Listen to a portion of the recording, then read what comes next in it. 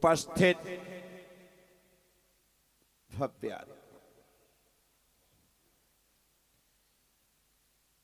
महाराज पुहपाल ने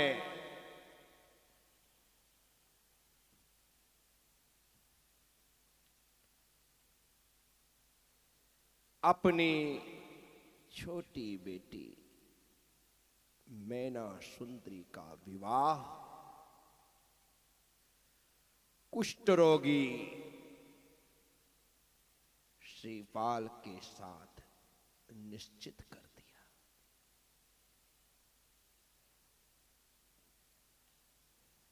अभी भी सब समझा रहे हैं, महाराज जिद मत करिए, बेटी है, गलती हो गई, माफ कर दीजिए। परंतु आपने यदि उसका विवाह एक कोढ़ी के साथ कर दिया तो दुनिया कभी आपको माफ नहीं करेगी। ऐसा कहने के, ऐसा सुनने के बाद भी महाराज भोपाल मानने को राजी नहीं। इसे ही राजहट कहते हैं। राजा जब हट कर देता है तो फिर उसे समझाना भगवान के भी वश में नहीं होता। बच्चे को तो मां समझाती है, जिद छोड़ देता है, लेकिन राजा को परमात्मा भी समझाए तो भी जिद नहीं छोड़ता है।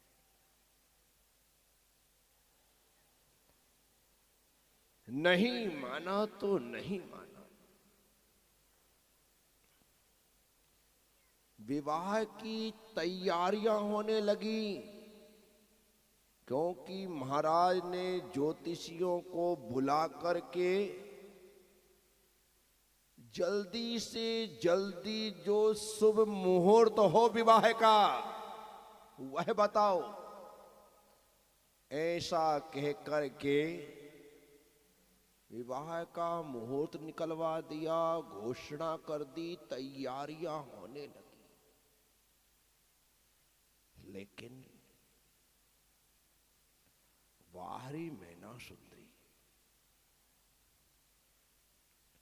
विवाह होने पर खुशी हर लड़की को होती है, हर लड़के को होती है, लेकिन जिसे पता है कि मेरा विवाह एक कोढ़ी से होना है, फिर भी वह खुश है, उसके चेहरे पर कोई विषाद नहीं है, उसके माथे पर किसी प्रकार की विषाद की लकीरें नहीं है। जैसे हर लड़की विवाह के लिए उत्सुक है, वैसे ही मैना सुंदरी उत्सुक है। मां देख करके दंग रहती है, पिता इस खबर को सुनकर के दंग होते हैं कि क्या ऐसा भी हो सकता है कि जिसे पता है कि मैं दुख के सागर में ढकेली जा रही हूं, फिर भी आनंदित है। इसका अर्थ हुआ जिसने धर्म को समझ लिया, कर्म के सिद्धांत को समझ लिया, वह नरक में जाकर के भी सुख का अनुभव कर सकता है। और जिसने धर्म के सिद्धांत को, कर्म के सिद्धांत को नहीं समझा, वह स्वर्ग में होते हुए भी दुखी हो सकता है। यहां पर इतने लोग बैठे हैं, किसी के पास सभी प्रकार की सुख सामग्री है, संसाधन है, फिर भी वह दुखी है, परेशान है। और किसी के पास कुछ नहीं है फिर भी वह आनंदित है। क्या वजह है? सिर्फ समझ की वजह, सिर्फ सोच की वजह से ऐसा होता है। आप जैसा सोचेंगे वैसा ही होगा। मैं सोचूं कि नशिया में मैंने विधान रख तो दिया, लेकिन वहां पर तो कोई सुख सुविधाएं है ही नहीं, परेशान होना ही है। यदि ऐसा मैं सोच लूं तो मैं शांतिनाथ के चरणों से पार्श्वनाथ के चरणों तक नहीं आ सकता। पर मैंने सोच लिया कि मुझे वहां पर जाना है, जो जैसा होगा वहां पर रहेंगे, आनंद लेंगे, तो हर जगह आपको आनंद मिल जाएगा।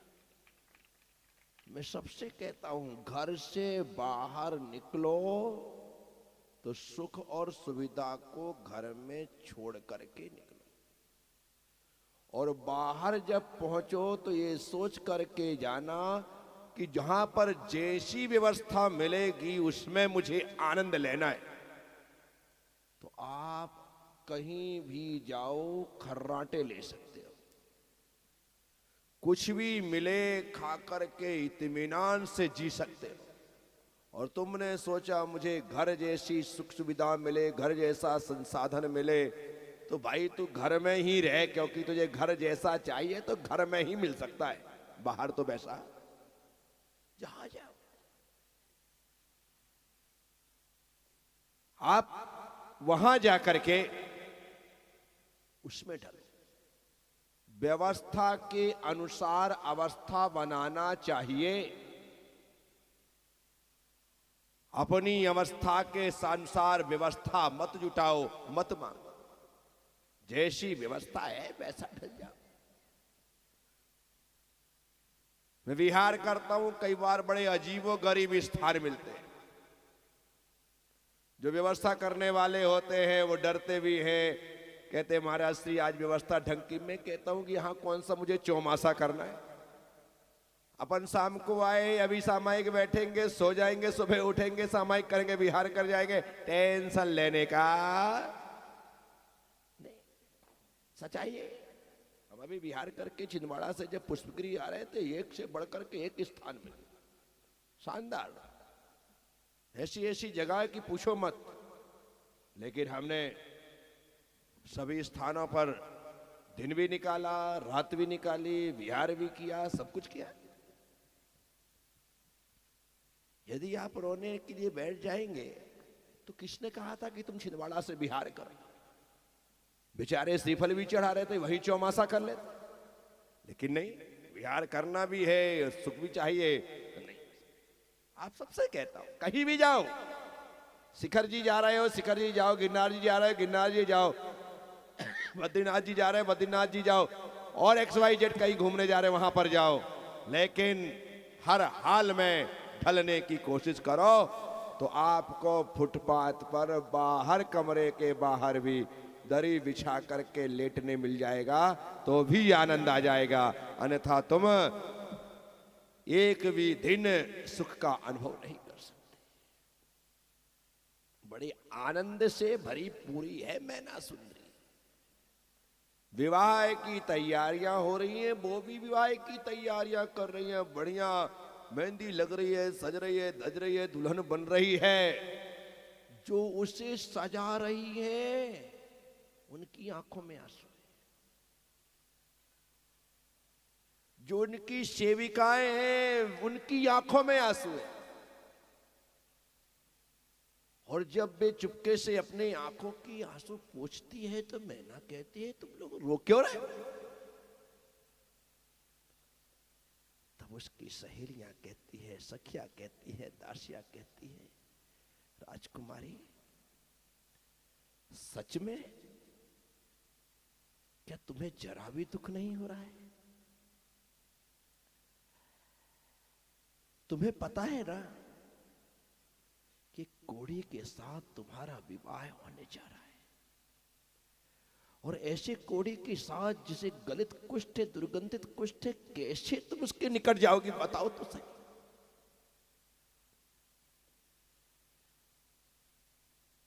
दासियों को, सखियों को रोते हुए देख करके मैना सुंदरी उन्हें समझाती है कि तुम मेरे लिए रो रहे हो, अपने आप के कर्मों को देखो। व्यक्ति अपने कर्म से सुखी और दुखी होता है, तुम्हें मेरे लिए दुखी होने की जरूरत नहीं है। मेरे यदि पाप कर्म का उदय आया है तो तुम कितना भी मेरे लिए आंसू बहा लो, मुझे उसका फल भोगना ही पड़ेगा। और जिस दिन मेरे पुण्य का उदय आएगा उस दिन तुम आंसू बहाओ या ना बहाओ, मुझे जो सुख मिलना है वह मिलेगा। ऐसी ज्ञानी थी, पंडिता थी, विद्वान थी, विदुषी थी, समझदार थी मैना सुंदरी। उसे रंज मात्र भी दुख नहीं था। यही तो सम्यक दृष्टि की पहचान होती है कि वह आने वाली मुसीबतों को देखते हुए घबराता नहीं है, अपितु उन मुसीबतों का सामना कैसे करना है, उन चुनौतियों का सामना कैसे करना है, यह सोच करके अपना कदम मजबूती के साथ आगे बढ़ाता है। जब सखियों ने, दासियों ने, सेविकाओं ने, संगारिकाओं ने देखा कि मैना सुंदरी को रंच मात्र भी कष्ट नहीं है, वे उसका श्रृंगार करती रही, अच्छे से अच्छे तरीके से सजाती रही, लेकिन फिर भी उनका मन मानने को राजी नहीं था। किसका मन माने? हम जब सभी सतियों की कहानी सुनते हैं, अंजना सती की कहानी सुनते हैं, बताओ विवाह हुआ, मन से हुआ, और पति ने लाकर के पहले दिन, पहली ही रात इस प्रकार से त्याग कर दिया जैसे कोई दूध में गिरी हुई मक्खी को निकाल करके बाहर फेंकता है। इस तरीके से उपेक्षा, ऐसा इग्नोर, बोलना तो दूर, देखना भी उन्होंने मुनासिब न समझा। और पहले दिन, पहली रात ही अंजना सती का त्याग कर दिया पवनजय ने, और पति के वियोग का यह दुख अंजना सती ने 22 साल सहन किए। कितने साल बोलो? बाप रे बाप! हमारी बेटी पर यदि ऐसा कष्ट आ जाए तो हम 22 दिन ससुराल में ना रहने दें। उठा करके घर ले आए, घर ला करके डिवोर्स की तैयारी करवा दे, नहीं रहना ऐसे दुष्ट के साथ। गजब हो गया। 22 साल कष्टों को सहन किया, लेकिन शिकायत नहीं की, ना अपनी मम्मी से, ना मम्मी जी से, ना अपने पापा से, ना पापा जी से। कमाल है। इन्हीं वजहों से तो उन सतियों को स्त्रियों में शिरोमणि माना गया है, और उन्हें वह सम्मान प्राप्त है कि उन्होंने कष्टों को सहा तो है लेकिन कहा नहीं है। मैना सुंदरी। विवाह का दिन निकट है। श्रीपाल अभी भी विवाह के लिए तैयार नहीं है। मंत्रियों से, सेनापतियों से, महामात्मों से, महाराज के खास सलाहकारों से बार बार कह रहे हैं ये विवाह टाल दो, ये विवाह रोक दो। मैं नहीं चाहता हूं कि मेरी वजह से कोई निर्दोष दुखों को उठाए, दुखों को सहन करे। सभी एक ही बात कहते कि हम समझा समझा करके हार चुके हैं। महाराज की जिद है और जो उन्होंने निश्चय किया है वह विवाह आपसे होकर के रहेगा। श्रीपाल बिना मन के विवाह कर रहे हैं और मैना सुंदरी पूरे मन से विवाह कर रही है। श्रीपाल को तो सोचना था कि अच्छा बेवकूफ राजा मिला कि अपनी सुंदर सुकुमारी लड़की मुझे दे रहा है। अब दुख के समय में बढ़िया सेवा करेगी, एक सेविका मिल गई फोकट की। ऐसा बोलना था, ऐसा सोचना था श्रीपाल को। लेकिन मैंने कहा ना, सम्यक दृष्टि जी, किसी का बुरा, किसी का बुरा, किसी का अहित नहीं चाहता। सम्यक दृष्टि थे महाराज श्रीपाल।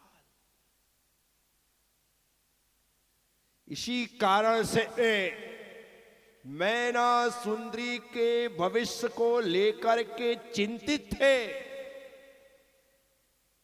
और चिंता इस बात की भी थी कि अभी तक तो मैना सुंदरी जो है वह महाराज भूपाल की बेटी है, लेकिन कल से वह महाराज भूपाल की बेटी नहीं, चंपापुर की बहू हो जाएगी। वह श्रीपाल की पत्नी हो जाएगी, श्रीपाल की रानी हो जाएगी। और जब श्रीपाल की रानी हो जाएगी तो एक पति को अपने पत्नी के सभी सुख और दुख का ख्याल रखना होगा। इसलिए भी महाराज श्रीपाल चिंतित है कि अभी तक तो सब ठीक है, कल से मेरे दुख के साथ साथ उसके दुख भी मेरे दुख हो जाएंगे। बेचारी कितने कष्ट सहन करेगी। इसलिए वे बिना मन के विवाह मंडप में उपस्थित हुए और मैना सुंदरी पूरे मन से विवाह मंडप में आई। वो सारी विधियां, वो सारी रस्में जो विवाह में संपन्न होती है वो रस्में हुई। अभी भी धीरे से श्रीपाल ने मैना सुंदरी से कहा, देवी हट छोड़ दो, कह दो ना पिताश्री से कि पिताश्री मैं आपके भाग्य का खाती हूं। इतना बोलने मात्र से तुम आने वाले दुर्दिनों से बच जाओगी। मैं तुम्हारा हितैषी होने के नाते तुमसे कह रहा,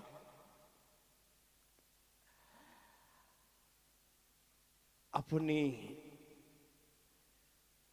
मन से ना सही लेकिन मेरे मन को रखने के लिए अपने पिता से बोल दो। अभी फेरे नहीं हुए हैं, अभी भी विवाह रुक सकता है। लेकिन मैना सुंदरी ने फिर वही बात कही जो अपनी मां से कही थी। श्रीपाल से कहा, मैं आपका मन रखने के लिए पिताजी से कह तो सकती हूं कि मैं आपके भाग्य का खाती हूं, इससे आपका मन संतुष्ट होगा। लेकिन स्वामी,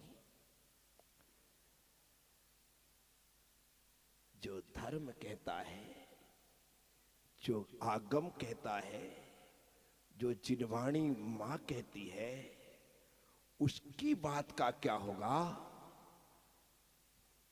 आपके कहने से मैं कह देती हूं, मैं पिताजी आपके भाग का खाती हूं, लेकिन मां जिनवाणी कहती है कि हर जीव अपने अपने भाग का खाता है, इसका क्या होगा? श्रीपाल भी सम्यक दृष्टि थे, समझदार थे, आगम के ज्ञाता थे, शास्त्रों को पढ़ रखा था। जब मैना सुंदरी ने ऐसा कहा तो उनकी भी बोलती बंद हो गई, वे कुछ कह नहीं सके। ठीक है, यदि तुम्हें यही स्वीकार है तो अब मैं भी तुम्हें हृदय से स्वीकार करता हूं। जब तुम्हें मुझे स्वीकारने में कष्ट नहीं है तो देवी, मैं भी अग्नि की साक्षी में, पंच परमेष्टि भगवान की साक्षी में तुम्हें स्वीकारने के लिए तत्पर और तैयार हो। अब तुम्हारे हर दुख मेरे दुख होंगे, मेरा हर सुख तुम्हारा सुख होगा। क्या कहा? तुम्हारा हर दुख मेरा होगा और मेरा हर सुख। यही तो दाम्पत्य जीवन की मधुरता है, यही तो दाम्पत्य जीवन का आनंद है। पति कहे कि तेरा हर दुख मेरा और मेरा हर सुख तेरा। ऐसे ही पत्नी कहे, स्वामी आपका हर दुख मेरा, मेरा हर सुख आपका। जब ऐसा जिस दाम्पत्य जीवन को जीने वाले पति पत्नी कहते हैं, उनके जीवन में मंगल ही मंगल होता है, अमंगल उनके द्वार पर कभी दस्तक। ये भारतीय संस्कृति का पाठ है, ये भारतीय संस्कृति का बोध है।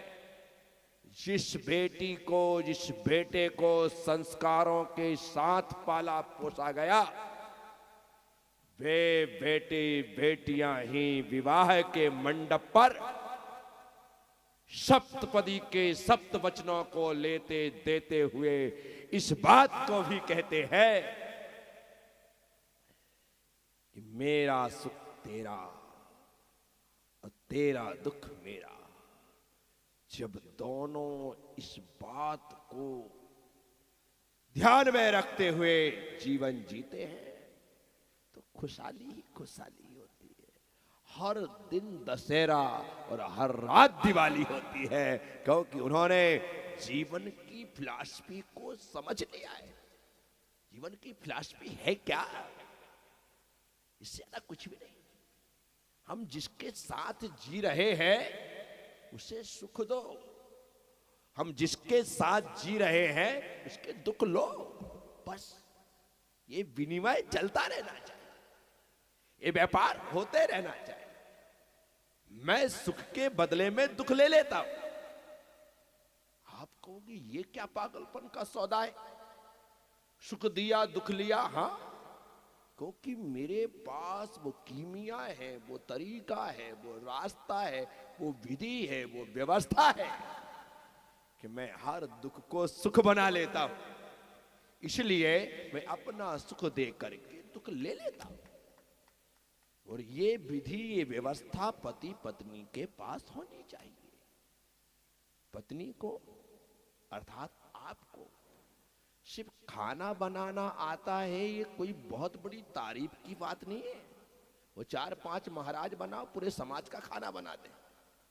तुमने कौन सा तीर मार लिया खाना बना करके, 4 रोटियां बना करके अपने आप को ना जाने तुम क्या समझ लिया। कोई बहुत बड़ी बात। न चाय बनाना कठिन है, न कॉफी बनाना कठिन है, नाश्ता बनाना कठिन है, न भोजन बनाना कठिन है, न घर का साफ सफाई करना कठिन है, न कपड़े धोना कठिन है, न जमाना कठिन है, न उठाना कठिन है, न बिछाना कठिन है। सब नौकरों के काम है, सामान्य से काम है, नौकर कर देते। तुम्हारा काम तो है अपने पति के दुख को सुख बनाना। क्या काम है? बोलो। ये बड़ी महत्वपूर्ण बात मैं कह रहा हूं। खाना बनाने वाली बाई मिलती है, बोलो हाँ। झाड़ू पोंछे वाली बाई मिलती, बोलो हाँ। सब कुछ बाई मिलती नहीं मिलती है। तुम बाई हो क्या?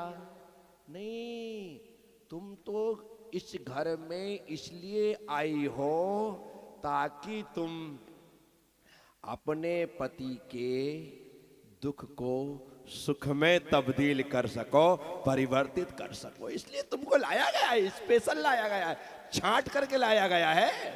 कई रिजेक्ट किए तब तुमको सिलेक्ट किया है। कमाल है। ऐसे ही पति को चाहिए कि जब वो तुम्हारे घर में आई है तो उसके साथ भी दुख आए। और वो दुख इसलिए लाई है क्योंकि पिताजी उसके दुख को सुख में नहीं बदल सकते थे। और तुमने कहा कि हाँ, आई एम रेडी, मैं तुम्हारे दुख को सुख में बदल सकता हूं। जब आपने कहा आई एम रेडी, उनके पिताजी ने कहा ले जा। और तुम ले आए। अब लाए हो तो उसके दुख को सुख में बदलो, तभी तुम्हारा पति होना सबल और सार्थक होगा। तभी जाकर के तुम्हें दाम्पत्य जीवन जिया है और जी रहे हो। आप ऐसा मान। यदि यहां पर आकर के वहां यदि दुखी से उससे ज्यादा हो गई तो क्या मतलब, यहां पर दुख बढ़ गया बेचारी का। और इसके आने से तुम ज्यादा दुखी हो गए तो फालतू की शादी तुमने। वैसे ही अच्छे थे, अकेले अकेले। कम से कम इतना तो कहते थे कि मैं कुंवारा हूं। भले 30-32 साल 35 साल के हो गए, लेकिन कुंवारे तो थे। है माथे पर शादी का कलंक तो नहीं था। है नहीं मिली भाई लड़की, नहीं की शादी, मिली थी, हमको पसंद नहीं आई, क्या करो। जो आई उसने हमको पसंद नहीं किया, क्या करो। है बोल।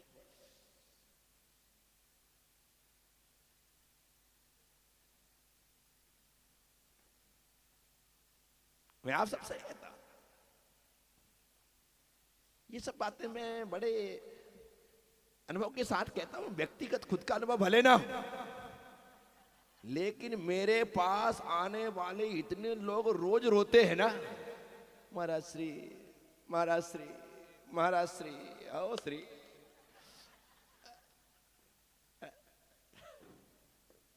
रोज रोज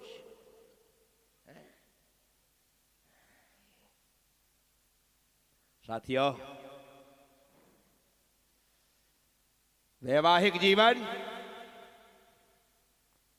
सिर्फ सुख की बढ़ोतरी के लिए हो तो विवाह करना, और यदि वो दुख को बढ़ाने वाला हो तो कभी मत करना। तुम अकेले ही ठीक हो। बेटी हो तो बाप का बेटा बन करके रहना, और बेटे हो तो कहना पिताजी चिंता मत करो, मैं ऐसे ही सुखी रह लूंगा। साथियों, ये दाम्पत्य जीवन है, इसमें एक की नहीं चलती। इसमें अकेले थे तो तुम्हारी चलती थी, तुम अकेली थी तो तुम्हारी चलती थी। अब यहां पर दो हो गए। क्या हो गए? दो हो गए। अब दो हो गए हैं तो दोनों की चलेगी। बैंक में यदि आपने संयुक्त अकाउंट खुलवाया है तो दोनों के साइन से, बोलो, दोनों के साइन से चेक क्लियर होगा। दोनों के साइन से ही सब कुछ चलने वाला है। क्यों? क्योंकि आपके संयुक्त साइन चलते हैं।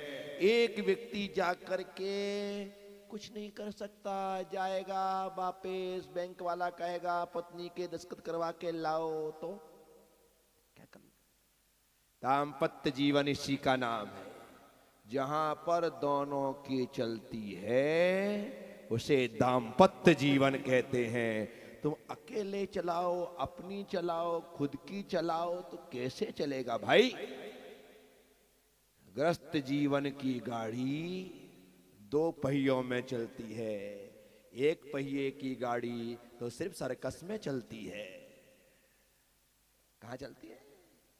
एक पहिए की गाड़ी सिर्फ सर्कस में चलती है, बाकी ग्रस्त जीवन की गाड़ी तो दो पहिए, कम से कम साइकिल में दो पहिए, टू व्हीलर में दो पहिए, दो चाहिए। एक बच्चा हो जाए तो रिक्शा बन गया, ऑटो,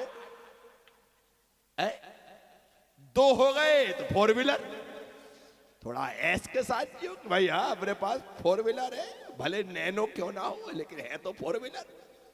कोई जरूरी थोड़ी नैनो को भी फोर व्हीलर कहते हैं और BMW को भी फोर व्हीलर कहते हैं, है तो दोनों।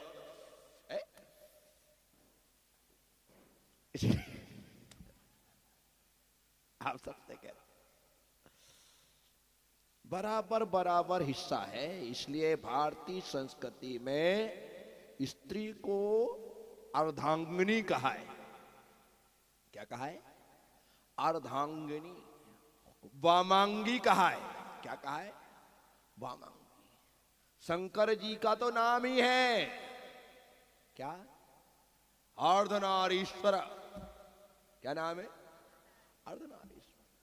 अपने भगवान जो विराजमान, इनका नाम भी अर्धनारीश्वर है। क्या है? शेष नाम के 1008 नामों में भगवान का नाम भी अर्धनारीश्वर।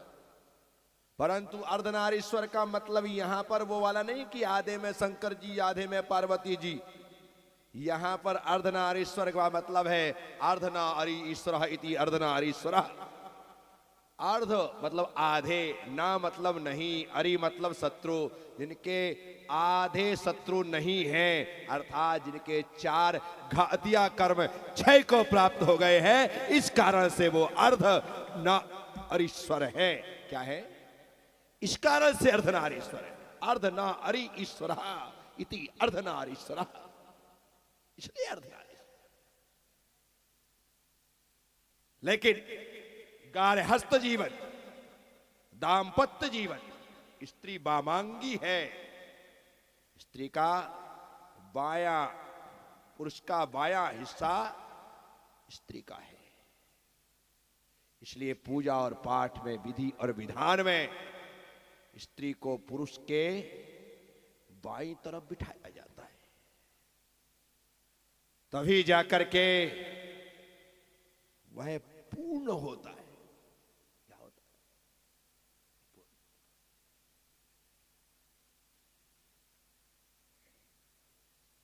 साथियों, मैं आप सबसे कहता हूं कि आपका विवाह हुआ इनसे, इसलिए तुम्हारा जीवन पूर्ण हुआ, अन्यथा अधूरे रहते, अकेले रहते। कोई तुम्हें अपने घर में यूं घुसने नहीं देता। अधेड़ उम्र हो जाए, शादी ना हो तो लोग कहते भैया इनसे दूर ही रहना। क्या हो गया? उन पर संदेह होता है। शादी होने के कारण तुम घर घर में विश्वसनीय हो गए हो, कहीं भी इनके साथ जा सकते हो, कोई तुम्हारे ऊपर संदेह शंका नहीं करेगा, तुम्हें गलत नहीं कहेगा। ये स्त्री ने आपको विश्वसनीय बनाया है, समाज में मान और सम्मान दिया है। इसलिए स्त्री का मान सम्मान कभी खोना नहीं चाहिए। इस बात का ख्याल हर पुरुष को रखना चाहिए। यदि तुम्हें तुम्हारी इज्जत प्यारी है, तुम्हारी इज्जत तुम्हारी स्त्री है और कुछ नहीं। कौन है? तुम्हारी इज्जत तुम्हारी स्त्री है। यदि ये पियर जाकर के बैठ जाए तो गई, लोग पूछ पूछ करके परेशान कर देंगे, जीना हराम कर देंगे। क्या बोलो ना, आया ना, नहीं होता। और ऐसा नहीं कि उससे नहीं पूछेंगे, वो पियर में जाके बैठ जाएगी तो उससे भी पूछेंगे पूरे गांव वाले। क्या बात है, महीने भर हो गए, 2 महीने हो गए, मुझे तो डाउट हो रहा है। आपस में महिलाएं मंदिरों में भगवान की पूजा छोड़ के बात चालू कर देंगी। पता है, मुझे तो लग रहा है कि बस छुट्टी छोड़ने वाली है। वैसे मुझे एक खबर आई थी, फोन आया था वहां से कि वो डिवोर्स की तैयारी कर रहे हैं। भले नहीं आई हो, लेकिन मिर्च मसाला लगा करके बात करने का मजा ही कुछ अलग होता। ऐसी स्थिति है। इसलिए स्त्री पुरुष की इज्जत होती, स्त्री पुरुष की प्रतिष्ठा होती, स्त्री पुरुष का मान होती, स्त्री पुरुष का सम्मान होती है। इसलिए अपनी इज्जत, प्रतिष्ठा, मान और सम्मान को कायम रखना है तो कभी हमारे द्वारा इनकी इज्जत पर, इनकी प्रतिष्ठा पर ठेस ना पहुंचे, इसका ख्याल रखना भी हर पुरुष का दायित्व और कर्तव्य होता है। साथियों, मैना सुंदरी विवाह मंडप पर विवाह के लिए तैयार है। बस सारी रस्में पूरी हो गई और शिपाल ने समझा करके देखा। मैना सुंदरी तो नहीं समझी, लेकिन शिपाल को बात समझ में आ गई और उसने जैसे मैना सुंदरी सहर्ष विवाह के लिए तैयार थी, वैसे ही शिपाल भी विवाह के लिए सहर्ष तैयार हो गए। शिपाल ने सोचा, यह मुझसे विवाह कर रही है, कर्म के सिद्धांत पर इसको विश्वास है, हो ना हो इसके जीवन में आते ही मेरा जीवन परिवर्तित हो जाए, एक कुष्ठमयी काया कुष्ठ मुक्त हो जाए, तभी तो ये मेरे जीवन में आने की जिद कर रही है। इसे मेरा कुष्ठ मुझसे दूर नहीं कर रहा है, अपितु मेरा कुष्ठ इसे अपने पास बुला करके दूर होना चाहता है। शायद ऐसा है, इसलिए तो यह विवाह निश्चित हुआ है। और विवाह की वो अंतिम रस्म फेरों की पूरी हो गई। सप्तपदी के 7 वचन दे दिए गए और दोनों ने एक दूसरे का हाथ जीवन की आखिरी श्वास तक के लिए थाम लिया। कि इसलिए वहां पर हाथ मिलाप होता, हस्त मिलाप होता है। क्या होता है? हाथ पकड़ाया जाता है कि कभी किसी दूसरी स्त्री के कारण एक गिरने लगे तो तू संभालना, और कभी ये गिरने लगे तो तू संभालना। दोनों ने एक दूसरे का हाथ मजबूती से पकड़ा है कि कभी भी किसी भी स्थिति में कोई भी दलदल में ना गिरे। इसलिए हाथ को हाथ से मिलाया गया, हाथ से हाथ को संभलाया गया, क्योंकि हाथ पकड़ करके ही संभाला जाता है। तो साथियों, मैना सुंदरी का विवाह हो गया। अब विदाई कैसे होगी, आगे क्या होगा, उसके लिए तो हमें इंतजार करना ही पड़ेगा। बोलिए 24 तीर्थंकर भगवान की जय।